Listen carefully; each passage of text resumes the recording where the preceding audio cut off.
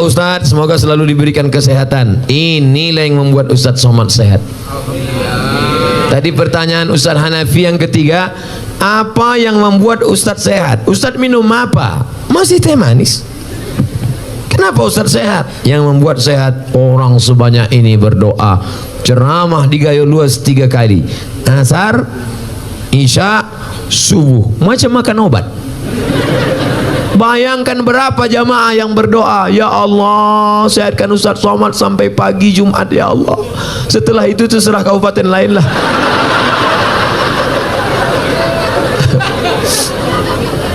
Pak Ustadz, apa sama berbakti sama orang tua dengan berbakti sama mertua? Kau jumpa istrimu itu umurnya berapa? 25 tahun. Selama 25 tahun tuh ngasih makan dia siapa? Bapak sama emaknya. Sedangkan ayam saja tak dikasih orang. Ayam, ikan lele tak akan dia kasih. Kenapa dia mau mengasihi anak gadisnya kepada engkau, sedangkan kau tak pula ganteng, PKI, pendek kecil hitam? Kenapa dia mau mengasihi kepada engkau?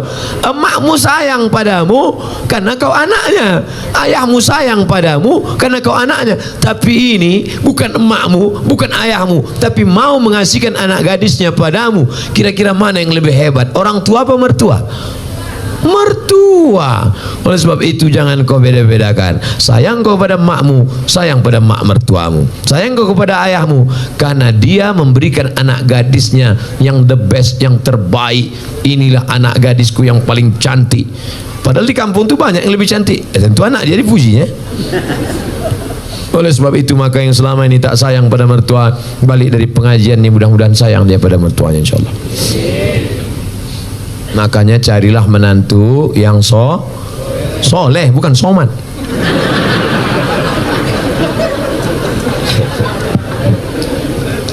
Ustadz, kalau pergi ke Mekah untuk haji tapi uangnya pinjam dari bank boleh apa tidak? Bank syariah, Bank Aceh Syariah boleh. Masa pergi, masa ngutang ibadah Pak Ustadz? Boleh ngutang. Pak Haji pinjam duit 2,5 juta, aku mau kurban. Kurban bulan berapa? Bulan Zulhijjah. Nanti kelapaku panen bulan Muharram. Boleh. Ada yang akan membayarnya, boleh. Yang tak boleh itu Pak Haji pinjam duit 2,5 juta, apa yang akan kau bayarkan? Kuserahkan pada Allah Subhanahu wa taala. Nah, itu tak boleh. Misalnya kau PNS, lalu pergi kau ke bank syariah, lalu kata orang bank syariah ini akadnya murabahah, nanti dapat bantuan. Sebelum berangkat sudah lunas. Saya tidak tahu di Gayo Luas. Kalau di Pekanbaru Riau, store 2017, berangkat 2031. 2030 malaikat maut datang. Insya Allah, mudah-mudahan kita bisa berangkat haji, insya Allah. Ada satu kabupaten di Indonesia miskin susah, tapi jamaah hajinya terbanyak. Bupatinya cerita ke saya, Ustadz Somad, ini kabupaten miskin tapi jamaah hajinya terbanyak. Loh kok bisa gitu Pak Bupati? Orang kampung kalau tanam padi, pas nanam itu mau pergi haji, mau pergi haji, mau pergi haji, mau pergi haji. Pas dia nanam karet, mau pergi haji, mau pergi haji. Disampaikan Allah niatnya. Yang kampung lain dah mau kawin lagi, mau kawin lagi. Sampai juga, sampai juga. Insya Allah bisa dua-duanya, insya Allah. Ustadz ini cerita kawin aja untuk memanas-manasi, ada yang belum nikah. Bukan untuk saya untuk apa? Ada kawan kita belum nikah. Ustadz, di keluarga orang tua saya cuman saya yang muslim. Alhamdulillah. Mudah-mudahan saudaramu dapat hidayah insyaallah. Jika saya siap sholat langsung panjatkan doa untuk ibu saya, sah apa tidak Pak Ustadz? Nabi mendoakan non muslim. Apa doanya? Allahumma hdi qaumi fa innahum la ya'lamun. Berikan kaumku, adikku, kakakku, emakku, adikku hidayah supaya mereka bersyahadat asyhadu an la ilaha illallah wa asyhadu anna Muhammadar Rasulullah. Hukum seorang istri minta kepada suaminya imam sholat, tapi suami tak mau. Nah, ini laki Fir'aun ini.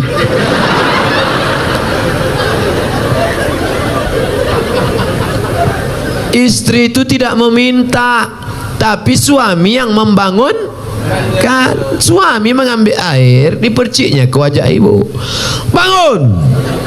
Nah itu kalau anak udah 3. Kalau waktu masih pengantin baru kemarin, wake up my darling, wake up my honey. Bentang mereka lah sajadah, usolli sunnatat tahajjud raka'ataini imaman lillahi ta'ala. Allahu akbar. Bismillahirrahmanirrahim.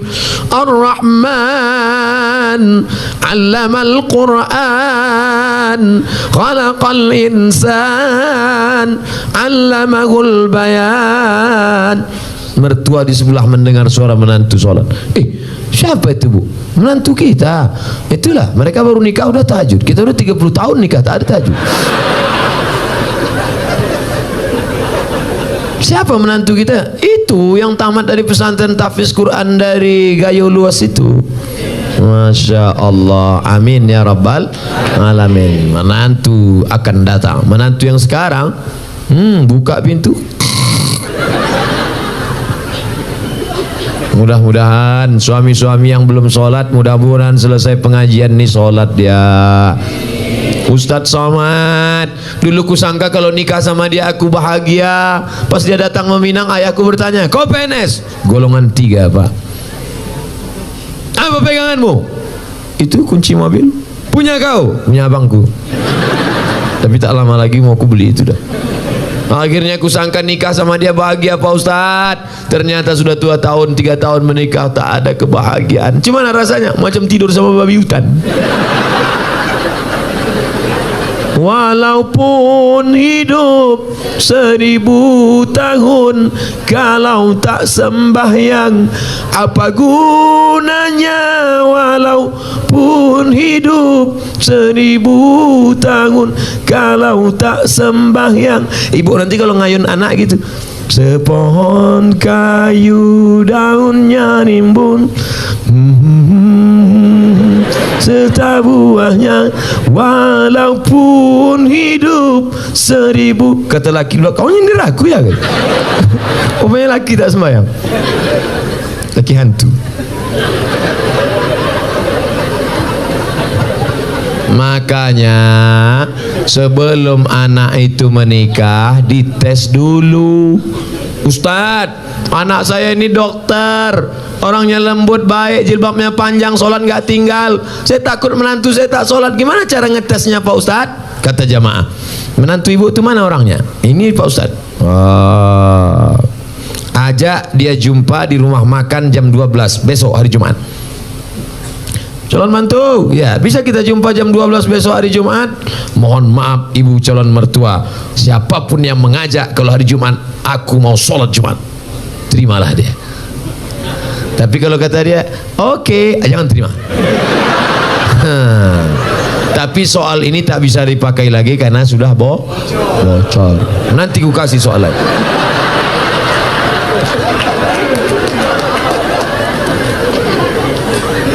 Orang dulu kalau mencari calon menantu, besok Pak saya mau minang anak bapak, besok kau datang ke rumah saya maghrib. Kenapa disuruh maghrib? Karena mau dibawa ke surau, disuruh azan.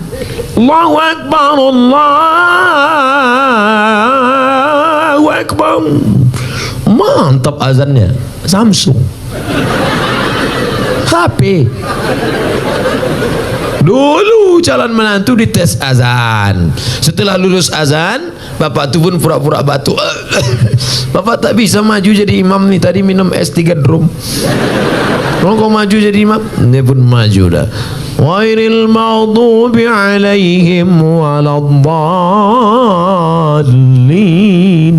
Amin. Bismillahirrahmanirrahim.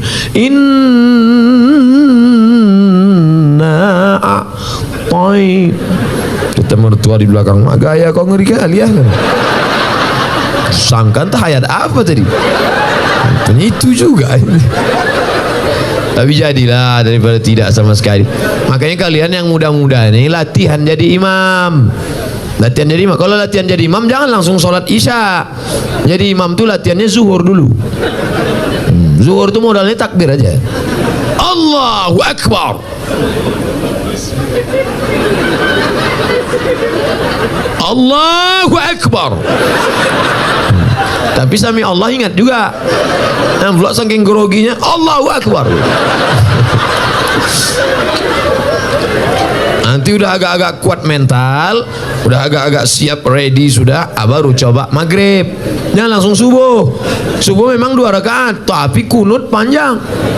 Nah, maghrib lah mulai coba. Bismillahirrahmanirrahim. Nah, ini sembahyang apa MTQ? Tapi yang paling enak itu jadi TNI Polri. Kalau kita TNI Polri, calon mertua mana berani nanya kita kan? Datang kita, kau sembahyang apa tidak? Bukakan aja pistol tuh.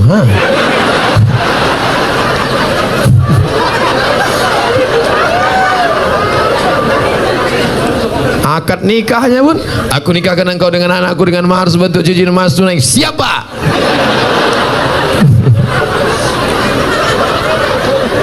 Ustadz Somad yang saya muliakan, ini pertanyaannya bagi saya sangat besar maknanya. Seorang ibu hamil duluan, baru menikah, bagaimana status anak tersebut? Perempuan yang hamil duluan, baik sebulan, 2 bulan, 3 bulan, 4 bulan, 5 bulan, 6 bulan, 7 bulan, dinikahkan, nikahnya sah. Nikahnya sah. Buka nama kitabnya Al-Fiqhul Islami wa Adillatuh. Nama penulisnya Syekh Wahab Az-Zuhaili dari Suriah, Damaskus. Dekan Fakultas Syariah Universitas Damaskus. Jadi Pak Kua tak perlu nanya, ini belum berapa bulan. Itu bukan pertanyaan Pak Kua, itu pertanyaan dokter. Nikahkan saja. Aku nikah. Dari bunyi tangan calon mertua itu bisa kau tebak itu sudah hamil duluan atau tidak. Kalau yang belum hamil itu lembut dia, hai menantuku, itu belum hamil tuh. Tapi kalau hei menantu, aku nikahkan dengan tunai, aku kesini lagi, aku pijakkan aja muncung kau.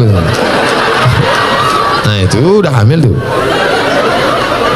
Nah, kalau sudah hamil dia, nikahnya sah. Nanti anak lahir tak usah diulang lagi, sah. Yang jadi masalah, anak nanti lahir tidak boleh pakai bin bapaknya.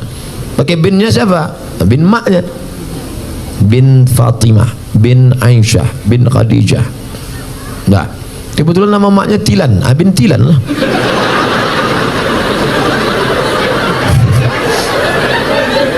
Dua, kebetulan anak ini lahir laki-laki. Anak yang dalam kandungan tadi lahir, anaknya laki, lahir adiknya sudah itu perempuan, adiknya perempuan, mati ayahnya. Ustaz janganlah kasar kali mati ayahnya. Adiknya jadi perempuan. Nanti kalau mau menikah, si abang tadi tak bisa jadi wali karena hubungan mereka saudara seibu tak bisa jadi wali. Tiga, bapak meninggal, si ayah meninggal, si anak tak dapat harta warisan karena tak ada hubungan nasab. Empat, kebetulan anak pertama tadi anak gadis cantik, dipinang anak lajang. Pas nikah nanti si bapak tak bisa jadi wali. Walinya wali hakim Pak Kua. Banyak sekarang yang ngotot, saya walinya. Oh tak bisa mas bro. Apa salah saya? Saya kan bapaknya. Tengok wajahnya kan mirip tak bisa. DNA tak laku. Salah saya apa? Kau mencoblos sebelum hari H. Bisa. Maka jaga anak gadis kita. Makanya kalau datang anak lajang, besok hari Jumat, habis hari Jumat hari Sabtu, hari Sabtu malam Ahad, anak lajang datang bawa motor, boom, Pak, saya bawa anak gadisnya sebentar ya. Jangan, Ustaz Somad sudah ceramah, aku tak ingin anak ini makan. Sekarang banyak orang tua lebih mau makan di daun daripada makan di pinggan. Sekali tidak, jangan keluar. Melangkah kau dari rumah ini selangkah, tak kuakui kau anak dunia akhirat. Masuk dalam. Sebentar aja Pak. Tidak. Nanti kami belikan bapak mie ayam. Apa lah?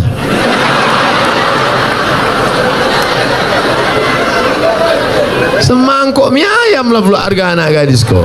La ilaha illallah Muhammad Rasulullah. Ibu juga harus sepakat sama bapak. Kalau bapak sudah mengatakan tidak, sebentar aja, tidak, sekali tidak. Datang istri dari belakang, kasihlah bang, kita dulu lebih parah dari itu lagi. Inilah yang membuat anak ini rusak. Kalian pun yang lajang-lajang, ini pakai motor, udah dibawa, bonceng sana, bonceng sini, bonceng sana, bonceng sini, gembung masuk angin. Yang mengandung 9 bulan 10 hari laki-laki apa perempuan? Perempuan. Yang melahirkan meregang nyawa laki-laki apa perempuan? Perempuan. Yang ngidam muntah-muntah laki-laki apa perempuan? Perempuan. Maka jaga kehormatan kalian adik-adikku, anak-anakku. Jaga. Tak ada harga kalian. Sekolah aja bagus-bagus. Yang lajang-lajang, yang kalian pacaran.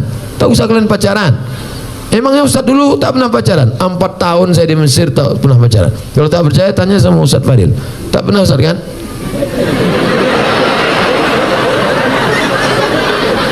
Demi Allah, 4 tahun saya di Mesir, 99, 2000, 2001, 2002 tak pernah pacaran. Kenapa? Tak dapat.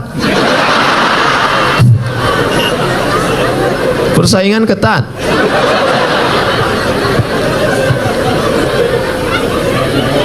Assalamualaikum. Tapi setelah pulang, selesai saya S1 Mesir, saya lanjutkan S2 Maroko. Habis itu saya pulang 2008 saya pulang, lulus PNS, mengajar, Ustadz. Coba tengok komen-komen. Nih lajang-lajang yang asik pacaran. Kalian serius saja belajar. Sekolah. Saya tak ganteng macam kalian. Hitam, pesek, kurus, kering, hitam. Coba tengok komen-komen di FB, di Instagram. Ustadz, jadikan yang kedua ya. Tak usah kalian takut jodoh-jodoh itu. Apa kalian takut? Apa hukum sogok menyogok dalam Islam? Itulah yang udah aku jelaskan tadi. Udah. Ar-rashi wal murtashi, la'ana Rasulullah SAW ar-rashi wal murtashi. Yang menyogok masuk neraka, yang disogok masuk neraka. Duit sogok haram, dikasih anak bini makan haram, dimakan masuk darah hitam naik ke otak, jantung kotor, menjadi darah daging masuk neraka jahanam, dibawa pergi haji Makkah. Labbaik Allahumma labbaik, labbaik la syarika lak labbaik. Apa kata malaikat? La labbaik wala sa'daik. Kau tak dapat haji mabrur karena kau pakai duit sogok. Patutlah balik haji tak ada perubahan. Heran aku tengok Pak Haji ni Pak Ustaz. Dulu sebelum berangkat haji bercelana pendek, balik haji tak bercelana sama sekali. Tak ada perubahan.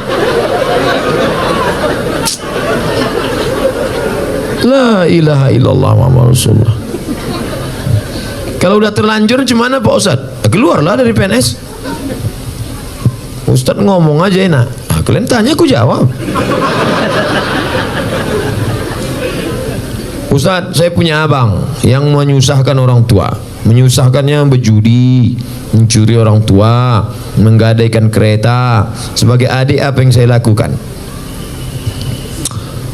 Pulang dari sini, musyawarah engkau sama keluarga. Mungkin otak abangmu ini sudah rusak kena narkoba. Karena orang kalau sudah kena narkoba, jangankan sabu-sabu, putau, ropil, rohipnol, mix, kasbek, vodka. Hafal juga Pak Ustaz nih. Yang pemakai juga ini dulu. Jangankan itu, lem kambing aja rusak. Anak-anak SMP, anak SD kalau udah kena lem kambing rusak. Berapa banyak ibu-ibu masak pagi tak panas-panas nasi, rupanya tabung gas sudah dijual anak untuk beli sabu-sabu. Otak itu sudah rusak. Ini saya yakin ini abang ini udah rusak otaknya. Kenapa? Karena mau dia pula menyusahkan orang tua, berjudi, mencuri orang tua. Jadi kalian kumpul bersama, cari asal muasal sebab musabah. Oh, dia kena narkoba. Orang kena narkoba jangan malu, bawakan ke BNN, Badan Narkotika Nasional. Ustaz, tolong doakan anak kami. Pak Ustaz, doa apa? Doa narkoba. Saya belum pernah dapat doa Allahumma inni na'udzubika min sabu-sabu. Tak ada. Maka serahkan ke BNN. Nomornya Pak Ustadz, catat nomor BNN.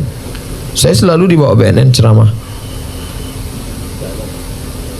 Catat ya. Jangan minta ceramah sama BNN. BNN. Rusak pula HP.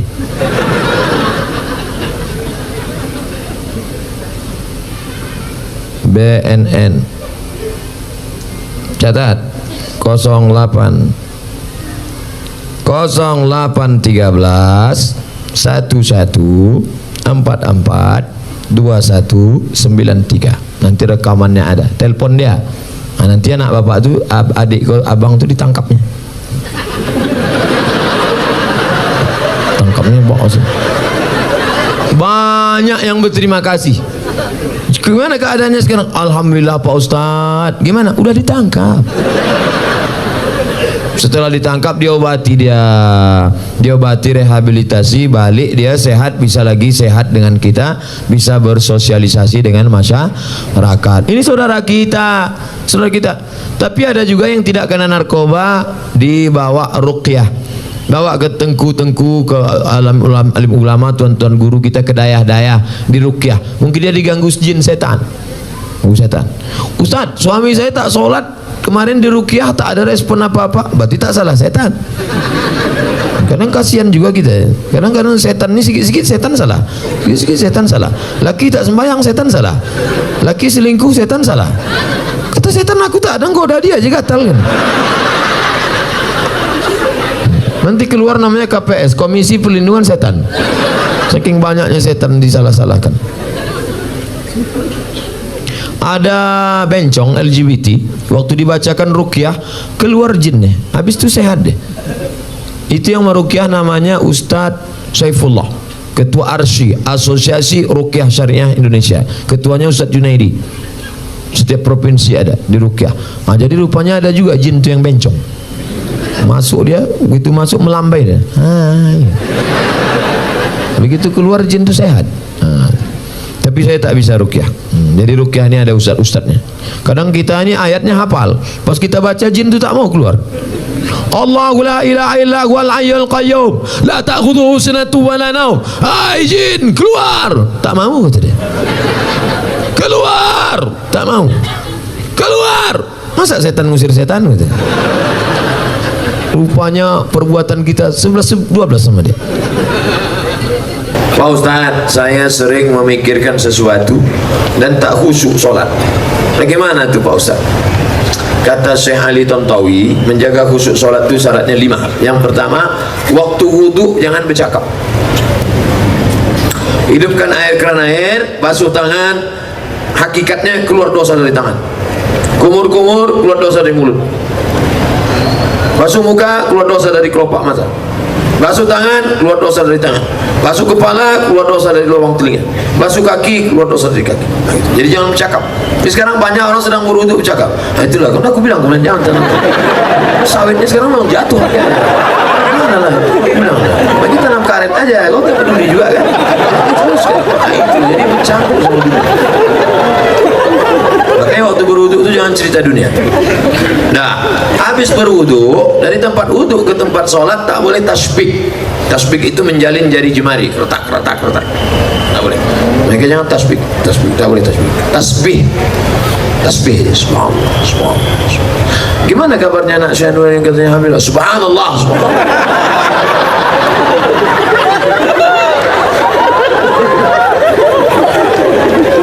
Jangan tasbih.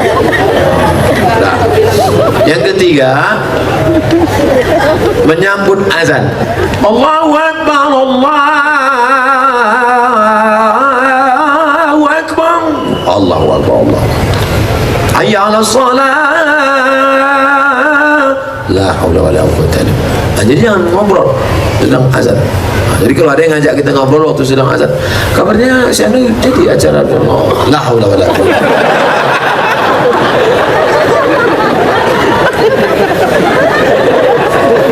Yang keempat, sholat itu membaca, namanya qiraah, bukan merenung, membaca.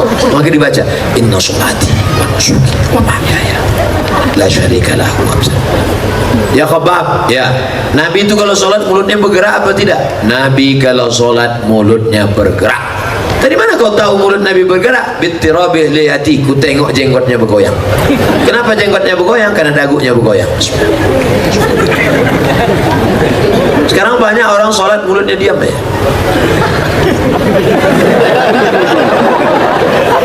Apa dipikir? Nah, jadi mulut. Nah, yang terakhir yang kelima, fahami bacaan, connect antara mulut dengan qalbu, hati. Allah, salat zuhur, Allahu Akbar, macam naik motor. Salat ini macam naik motor, macam bawa mobil. Udah agak ngantuk kan. Macam naik sepeda motor, macam orang naik motor king. Konsep fokus. Salat bukan kehilangan kesadaran. Ada orang bilang, aku kalau sudah salat itu hilang kesadaran. Berarti kau dilarikan jin. Karena sahabat-sahabat Nabi waktu salat itu sahabat tidak hilang. Mana dalilnya? Ketika sahabat sedang salat, tiba-tiba Nabi datang. Waktu itu Nabi sakit, imamnya Abu Bakar. Datang Nabi waktu sahabat sedang salat, maka sahabat memukul tangan. Pukul tangan mau ngasih tahu Abu Bakar, karena tak mungkin ngomong kan, mungkin Abu Bakar itu ada Nabi datang. Menunjukkan mereka sadar, terbuka matanya. Salat itu mata dibuka, bukan itu tuh. Dari mana dalil salat buka mata? Uqtulul aswadaini fi shalah, bunuhlah dua yang hitam waktu kau sedang salat. Waktu sedang salat bunuhlah dua yang hitam. Apa itu? Ular dan kala jengking. Macam mana kita tahu ada ular kala jengking kalau mata tertutup? Itu tiba-tiba terdengar suara berbisik. Apa? Rupanya ular anaconda. Mata dibuka. Makanya kalau kita sedang sholat, misalnya habis potong karet di hutan, sedang sholat, di depan potong karet itu ada sumur tua. Tiba-tiba datang, entah dari mana datang orang buta mau masuk. Tengok, jangan tengok aja, tolong dia. Biarkan masuk. Tarik tangannya, selamatkan dia. Maka sholatmu tidak batal selama tidak ngomong. Jangan ngomong, Pak, jangan jauh sini. Sholat bukan kehilangan kesadaran. Siapa bilang sholat kehilangan kesadaran?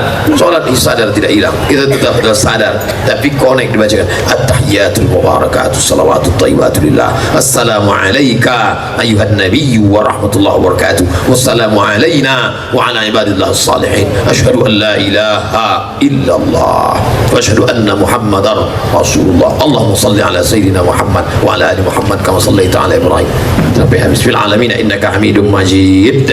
Lanjut lagi, Allahumma ighfir li ma qaddamtu wa ma akhartu wa ma asrartu wa ma a'lantu wa ma asraftu wa ma anta a'lamu bi minni, antal muqaddim wa antal muakhir, la ilaha illa anta subhanaka inni kuntu minadh zalimin. Allahumma inni a'udzubika min adzabi jahannam, min adzabil qabri, wa min fitnatil mahya wal mamat, wa min syarri fitnatil masiihid dajjal. Allahumma inni ala dzikrika wa syukrika wa husni ibadatik. Assalamualaikum warahmatullahi. Allah memberikan kekhusyuan, kita berusaha menyiapkan cawan. Saya dari Miss XXX. Bagaimana tanggung jawab seorang abang yang paling besar terhadap keluarga setelah bapak meninggal dunia? Tanggung jawab terhadap ibunya. Maka engkau menjadi wali bagi adik-adikmu. Tugas bapak mesti kau mengembannya. Laki-laki, kewajiban kalian kepada perempuan ada 5. Perempuan, hak kalian pada laki-laki ada 5. Pertama, kasih makan. Ibu udah makan? Yang kedua, kasih pakaian. Nampaknya pakaian perempuan-perempuan di gaya luas, karena di tempat lain banyak perempuan yang tidak dikasih lakinya pakaian, dikasihlah rok pendek, ditarik ke atas, terbuka bawah. Ada juga yang rok panjang resleting belum berpasang, panjang roknya tapi tidak pasang, masa lewat terbuka. Saya tidak nengok, tertampak. Kewajiban kalian pertama kasih makan. Yang kedua kasih pakaian. Yang ketiga kasih tempat tinggal. Yang keempat kasih pendidikan. Kalian kasih didik adik-adik kalian. Mak tak usah lagi pendidik, tapi mak juga bawa pengajian. Mak jangan dididik. Kalian yang punya ayah sudah meninggal, tinggal mak, jangan mak pula kalian didik. Balik dari sini, mak dulu sini mak. Assalamualaikum warahmatullahi wabarakatuh. Itu bawa dia pengajian. Mak, ini ada pengajian ini, mak ikut nanti ya. Aslinya kalian mendidik istri, tapi karena tak sanggup, bawa dia pengajian. Yang kelima, perhatikan dia. Sekarang banyak perempuan yang kurang perhatian, akhirnya mencari perhatian. Kalau nampak perempuan pakai gelang kaki sampai 2 biji, kalau berjalan kerincing, itu kurang perhatian. Ingin diperhatikan orang. Makai ini sampai macam bunuh onta. Kalau sekedar ikat rambut tak apa-apa. Perempuan yang rambutnya agak panjang, diikatnya pakai karet gula, karet minyak goreng, ikat. Lalu agak apa sedikit, tak apa-apa. Karena kalau tidak diikat, nanti pas membuka, disangka lakinya sundel bolong. Sekedar diikat tak apa. Tapi ada orang mencari perhatian sampai tinggi ke atas. Pernah kan ada nengok perempuan tinggi ke atas, dipakai pula tumit 15 cm. Dia yang memakai, kita yang takut jatuh. Terus pergi undang, nengok dia lewat, tinggi tumit segini, 3 kali jatuh. Oleh sebab itu maka ini banyak perempuan-perempuan yang kurang perhatian. Banyak pula perempuan ketika di rumah macam hantu, di luar rumah macam artis. Ustaz tahu dari mana? Pernah saya datang ke rumahnya, tak kenal saya. Ini siapa? Rupanya topeng membuka. Inilah alis mata dicukur, habis gundul macam hutan lindung kena. Tak salah pakai spidol whiteboard. Sampai tempat undangan, gulai tadi pedas pula, kipas mati, keringat meleleh lah. Makanya kalau mau pakai spidol, yakinkan itu permanen. Ini whiteboard meleleh lah, panas yang ini. Iya. Orang senyum, awak senyum. Yang disenyumkan orang awak. Balik ke rumah jam 9 malam, listrik mati. Assalamualaikum bang, abang buka pintu, Allahu la ilaha illallah. Malam Jumat pula, la ta'khudhuhu sinatun wa la nawm, lahu ma fis samawati wa ma fil ardi, man alladhi yashfa'u wa la ya'uduhu hifdhuhuma wa huwal aliyyul azim. Kenapa hantu ni tak pergi? Bini abang. Inilah gara-gara bini tak mengaji. Tapi insyaAllah di Gayo Lues tak ada ini, tak ada. Soleh-solehah semua insyaAllah. Coba tengok jilbabnya panjang, jilbab panjang. Anak kecil aja video. Tengok anak kecil, anakku berjilbab, jilbab panjang. Anak kecil yang nampak cuma 2, muka sama tapak tangan. Anak kecil berjilbab. Ini di tempat lain dipakailah celana sempit, celana jeans, monjerit paha. Tolong, la ilaha illallah. Dipakai pula senam pagi di kantor. Banyaklah pegawai kantor tu error. Di dalam tubuh yang sehat terdapat otak yang cacat. Pagi-pagi instruktur senam, teng teng teng teng teng teng teng teng teng teng. Badannya tak ada juga, biji matanya nih. Apa tak error? Na'udzubillah. Mudah-mudahan terpelihara kita dari maksiat-maksiat insyaallah. Tentang film India, banyak sekarang yang gemar.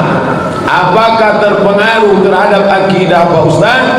Kalau dinasihati, saya cuma nonton, tak lihat agamanya. Ini yang mengasih jawaban ini setan. Dia dibantu oleh setan, makanya dia dapat jawaban itu. Ustaz sembarangan ngomong, ini dari Quran. Wa inna syayatina la yu'una ila awliyaihim. Setan-setan mengirimkan jawaban kepada wali-wali setan. Kau nonton India? Kan cuman nengok. Luar biasa. Tahun lalu jamaah haji pulang bajunya putih. Tahun lalu jamaah haji pulang bajunya putih. Tahun 2015 jamaah haji pulang pakai baju merah, baju ungu, baju kuning. berita fenomena baru, jamaah haji pulang pakai baju warna-warni gara-gara terpengaruh dengan gamis Joda Akbar. Siapa bilang tak terpengaruh? Yang paling bahaya melihat aurat orang India tu pusatnya nampak. Orang aurat India pakaiannya sempit. Walaupun sinetronnya disebut sinetron Islam, tapi di situ menyiarkan pernikahan zina. Raja Islam menikah dengan Hindu, zina. Itu yang mau ditontonkan. Itu misi di balik itu, pluralisme agama. Boleh nikah beda agama, hati-hati. Itu yang mau diajarkannya, bahwa Islam membenarkan pernikahan Raja India Islam dengan Joda Akbar yang Kristen, dengan Joda Akbar yang Hindu. Nauzubillah, ini ada misi di balik ini. Maka mesti, yang paling mengerikan, suara-suara yang masuk ke telinga nanti akan mengganggu waktu mau mati sakaratul maut. Yang suka mendengar lagu rock, yang suka mendengar lagu metal, itu nanti akan mengganggu kepalanya waktu sakaratul maut. Begitu juga yang suka lagu India, nanti datang suara itu waktu mau dia sakaratul maut.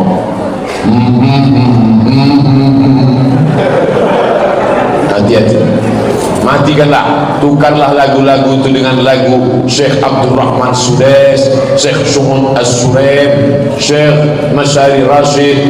Gantilah dengan suara para ulama, Syekh Khalil Al-Qusari, Syekh Nu'aina. Banyak, download di internet MP3 Qori-Qori. Mohon informasi dari Pak Ustaz, apakah indigo menurut Islam itu hal yang wajar atau tidak? Jika tidak wajar, apa yang harus kita lakukan mengatasinya? Ruqyah. Anak itu memiliki kemampuan luar biasa, itu karena dia dirasuki jin, warisan dari datuk nenek moyangnya. Ibu punya bapak, punya kakek, punya datuk, punya moyang, dulu pernah punya MOU dengan jin, Memorandum of Understanding. Lalu setelah datuk nenek mati, jinnya hidup, datang dia ke cucu, masuk dia ke mata cucunya. Lalu bapaknya bangga, anak saya hebat, bisa nengok setan. Itu kena jin. Jadi kalau ada anak mengalami ini, bawa ke tempat ruqyah. Nanti di ruqyah insyaAllah jinnya kabur. Ustaz ngomong ada buktinya, ada beberapa anak jamaah yang kena itu dan sehat.